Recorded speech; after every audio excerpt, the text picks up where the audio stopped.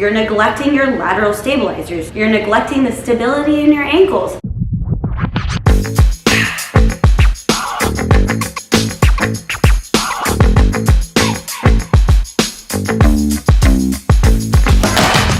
Hey guys, what's up? I just finished a 4-mile run, and you know, it's been a week since I ran. Well, since Monday, and it's Saturday. This video is gonna be all about running. Everything you wanted to know about becoming or staying a distance runner. Let's go.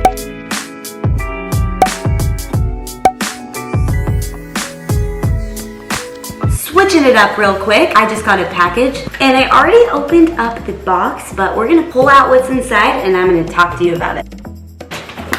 So we got BAREBELLS cookies and cream protein bars. BAREBELLS are amazing. I've tried them a couple times and I absolutely love them. These have 20 grams of protein, 0 added sugar. Oh, I'm gonna open this up and give one a bite, show you what the bar looks like inside and give you a tiny little review.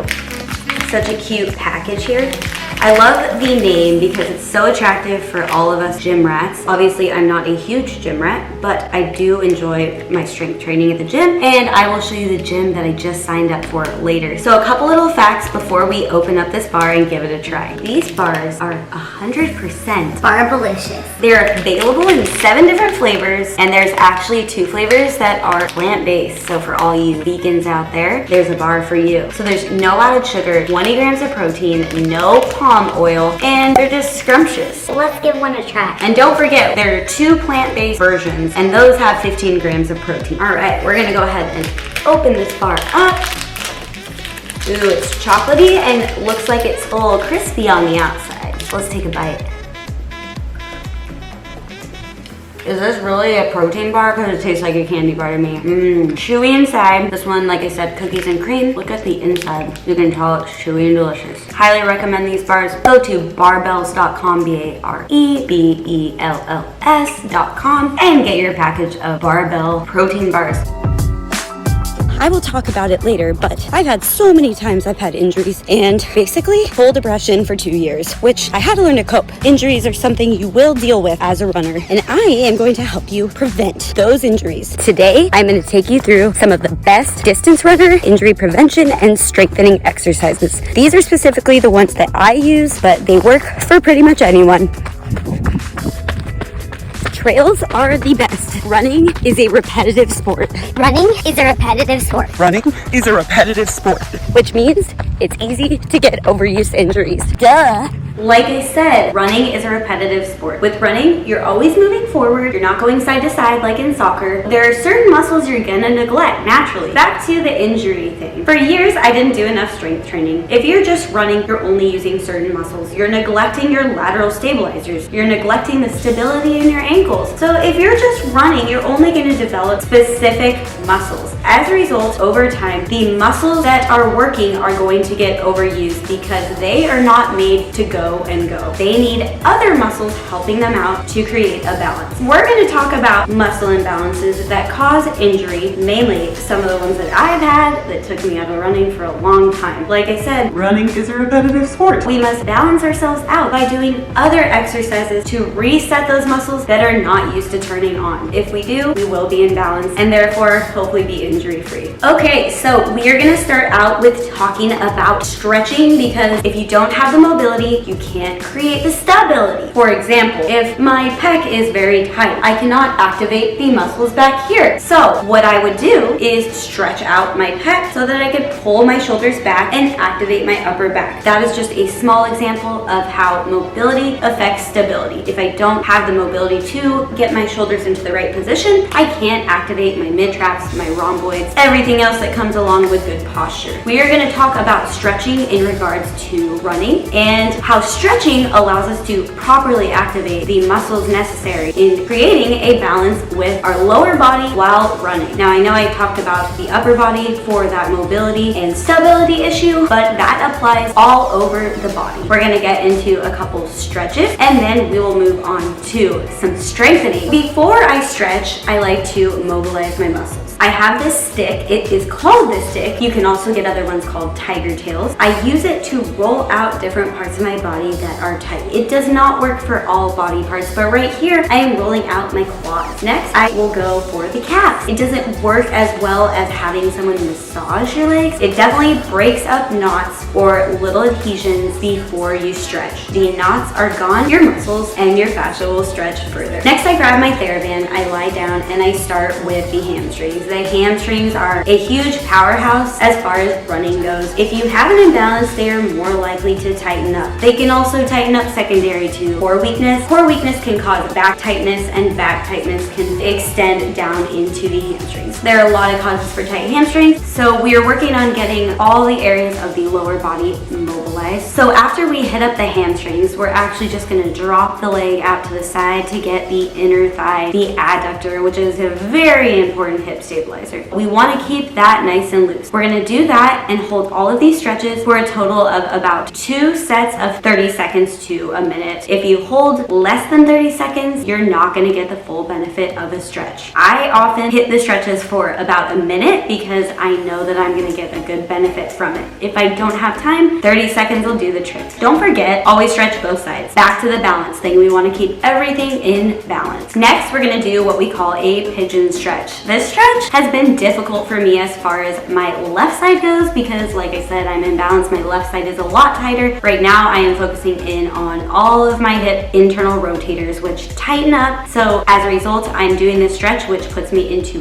external rotation and hits several of the important hip stabilizers that overwork. So for this one, I actually go a little longer because I know I am naturally a lot tighter, and I do 2 sets of 2 minutes each side. I am not going to go into too much detail about the upper body, but there are a lot of relationships between the upper body and lower body and how the upper body instability can affect the lower body, but it's not as common. So today we're just going to focus on the lower body. As you can see, I'm doing a little pec stretch because posture is super important in running. So that is as far as we're going to go. We're going to go with the pec stretch, and then we're going to get into some upper body mobility that affects our arm swing when we run. But here I am just stretching out the pec by lying on my stomach and rotating slightly. I am going to hold this 2 sets of 30 seconds on each like the others. When we run, if we don't have enough rotation, say in the hips, the upper body compensates and over rotates, which can cause some problems. So here I am rotating through my upper thoracic spine. I am also turning through my hips. As I am rotating, I'm taking a nice deep breath in and an exhale out, trying to expand my ribs. This one is called thread the needle,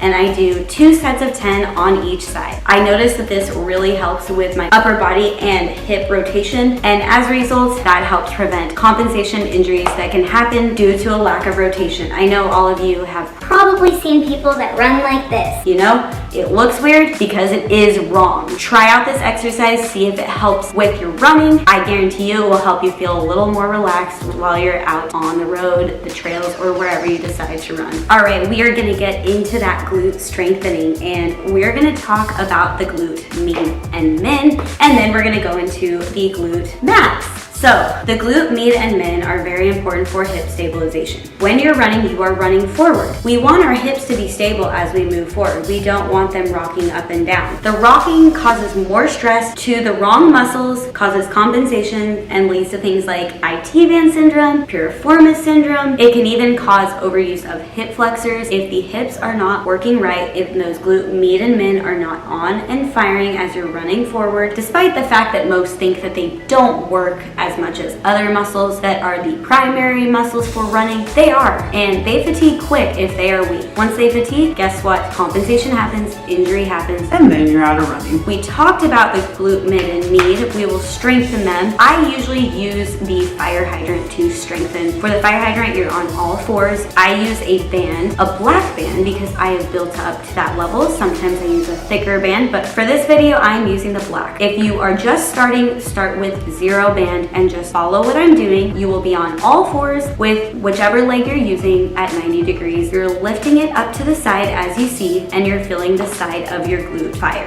If you do not feel the glute fire, continue doing it until you do. Build up slowly, add the resistance, and if you do not feel the correct muscle, which is the glute on your side, you're doing it wrong, and you need to focus in on that glute, connect your brain to your butt until it fires. A tip for this one is to not lift too high because you do not want it going into your lower back. There are many other ways to strengthen the glute med in men, but this is the way that I do it. You can also Google other ideas online. We're gonna move on to the glute max. The glute max is important in pushing us forward. If we don't have that glute muscle, you're not gonna move forward as fast, and you're gonna overuse the front of your leg and possibly your hamstrings. In this exercise, we are also using that black band. We're on all fours, we have one leg behind us, and that leg is straight, foot flexed. We're lifting that leg up and down. Remember, not too high as to go into the lower back, and we're feeling the biggest part of our glutes, the glute max, activate. For both of these exercises, I do about 2 to 3 sets of 15 to 20. Start out without that resistance to make sure you're feeling the muscle and build up week by week. If you feel like the proper muscle is not working, stop, rethink it, take away a little resistance, because if we're not using the proper muscle, it's going to transfer into running, and we're not going to use the correct muscles while running, which is going to cause an injury. That is my routine as far as lower extremity strengthening exercises. These are just the basics. I do go into more difficult exercises, but I want to show you the basics for you new runners or for you runners that are struggling with injury. Now, on to the calf, ankle, and foot. As far as stretching and mobility goes, this specific stretch is targeting my Achilles. I learned it recently from an amazing running physical therapist. I realized all the calf stretching that I was doing really wasn't helping because the culprit was my Achilles. I like to hold this squat stretch, and I hold it for 2 minutes, and I've been working on doing it twice a day. There are many other basic calf stretches you can do, but this is my specific stretch because it is very common among runners to have a tight Achilles. I am working on this so that I have more mobility in my ankle, which allows for more stability. Which takes us to the next exercise. This exercise you have probably seen me do before. This one is specifically to connect my glute and ankle stability. I do it before most runs. I use a wedge because I want my big toe to be targeted here. The big toe helps connect the ankle and foot to the glute, kind of like a tripod. So as you can see, I have my black wedge. I'm gonna place it down. I have my thin red TheraBand connected to the bike. There are 2 different exercises I'm going to do here. As you can see, the first one, I have the band kind of at the crease of my hip, and I am going to stand on my left foot, anchor my toe on that wedge, and bend my right knee, bringing it forward and coming back down, working on keeping my foot stable, staying on that foot, balancing, using that tripod. As I come up, I'm squeezing my left glute. Gonna do this on the other side, and then I'm going to do a similar exercise where I'm still gonna be on that same foot, the left foot, but the band is gonna be around the right, and I am going to be bringing my knee up with a band around that leg. So it kind of tricks your brain into doing 2 different things with a little bit of resistance. Again, you can do this one without resistance until you feel like you've mastered it. If you're able to gain mobility and stability in your ankles, you're gonna do better running, especially on trails. Trails are so uneven, and if you don't have that stability, it's easier to fall. Easier to go quicker with that stability. And we will come back to this topic later in the video because I have strong opinions about the surface that you run on. You can also do other balance type exercises that don't involve the band. I actually have this blue Dynadisc, and I like to do what I call a balance clock. So I'm going to stand on the disc, and I kind of find my balance first, and then I take the leg that is free, reach it out to the front, side, and back, and kind of repeat that, working on that ankle and foot stability using the same concept that I did with the other one, the tripod. So the tripod, just to remind you, big toe, little toe, and heel. If you're missing one and you're tipping to the outside, the tripod is gone. Work on that tripod because it transfers over big time into running. My favorite thing to work, even though I love all those running specific exercises, are the abs. The abs transfer to running in many ways. Using your obliques are super important because they work one at a time, and runners are never hopping, they're moving side to side. The obliques help to stabilize stabilize the body as you're rotating side to side and allow you not to over-rotate. The obliques are very important stabilizers as well as the deep core. Here I am just doing a basic ab routine that I got from my favorite Blogilates. Be sure that you're able to activate that deep core before you do exercises such as this. There are many videos online. I will link one in the description on how to activate your basic core, because if you don't, you are not going to be able to do these exercises properly and it will be easier to hurt your back. So if you already have lower back problems, there's a sign that you may need to work on that deep core. Pause for a moment, check the link in the description, and go learn how to activate your deep core before you get into these more difficult exercises. Core strength is so important to every motion we do, especially in running, because we're constantly stabilizing. And if the core is not on, everything below and above it Is mush. Now that you've learned a little bit about some of the basic strengthening exercises that I do for my lower body, and these are all just my routine, I have many more ideas and things that I can do, but it was hard to fit it all into one video. Comment below if you have any questions or you have a specific thing you would like me to make a video about in regards to strengthening, stability, flexibility, mobility. We're going to move on to another thing that is very important in regards to training as a runner, a new runner, an experienced runner, and that is cross training. So running is great. Running 5 days a week is great. But not all of us can handle running that much. I recently built up from 3 days to 4 days because I am just prone to injury. I also switched from running on roads to running on trails. If you've seen in my videos where I compare running on the road versus trails and why it is so beneficial for not only me, but so many people. I've wanted to build up my miles for years and I finally got to because I switched to trails. Back to the cross train. If you're training for a specific race or you're just building your miles, you cannot always run 5-6 days a week. I personally recommend, if you are, take at least 1 day completely off. I take 2 days completely off. On that 5th day, instead of running, I choose to use a spin bike. And that spin bike is great because I can get my heart rate up to pretty much the same as I would on an easy run. I know I am maintaining fitness, I am building strength in a different way on this spin bike, and I'm getting my cardio up and breaking a good sweat. If you don't have a membership to a gym or your own bike, there are other things you can do. If you have access to a pool, you can always swim. You can even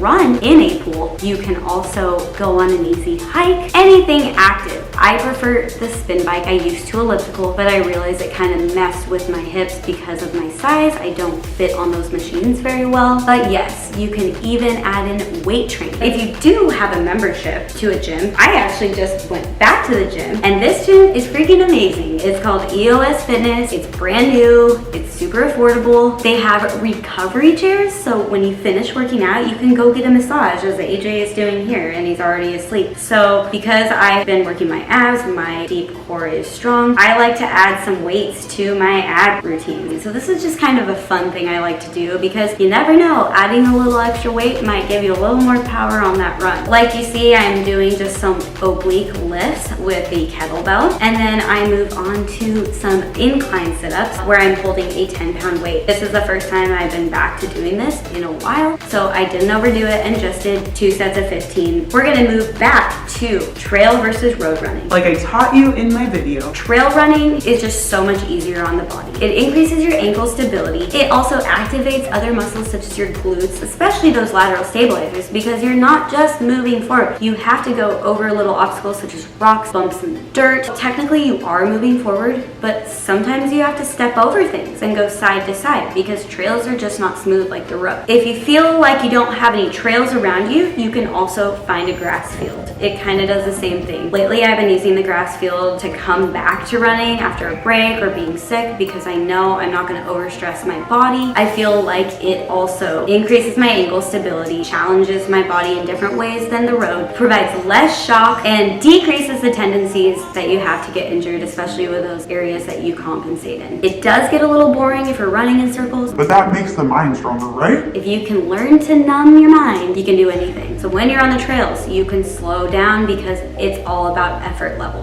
When you are on the roads, you want to be sure that you try to stay on a blacktop surface. If you have no choice and the cement is your last resort, then make sure to really keep up on all of your injury prevention exercises, stretches, and whatnot. As a new runner, don't hop right into running and increase fast. You want to build slow. I didn't get where I am jumping into 50 miles a week, which I'm not even running. I'm running like 30, which took me a while to build, even on trails. Being careful and being strong is so much more than being out injured and depressed. If you have a race in mind, there are so many racing programs online. If you have questions for me or want me to do a video on how to train for a specific distance, comment below, because I have endless knowledge about training for races, training just to run, training for speed. Back to the new runner thing. The rule of thumb for runners is to increase no more than 10% per week. And sometimes doing that is a little crazy. My advice would be, like I said, to look up a program online. But I would say as a new runner, just have fun, go out, get some experience. And once you feel comfortable and you're enjoying it,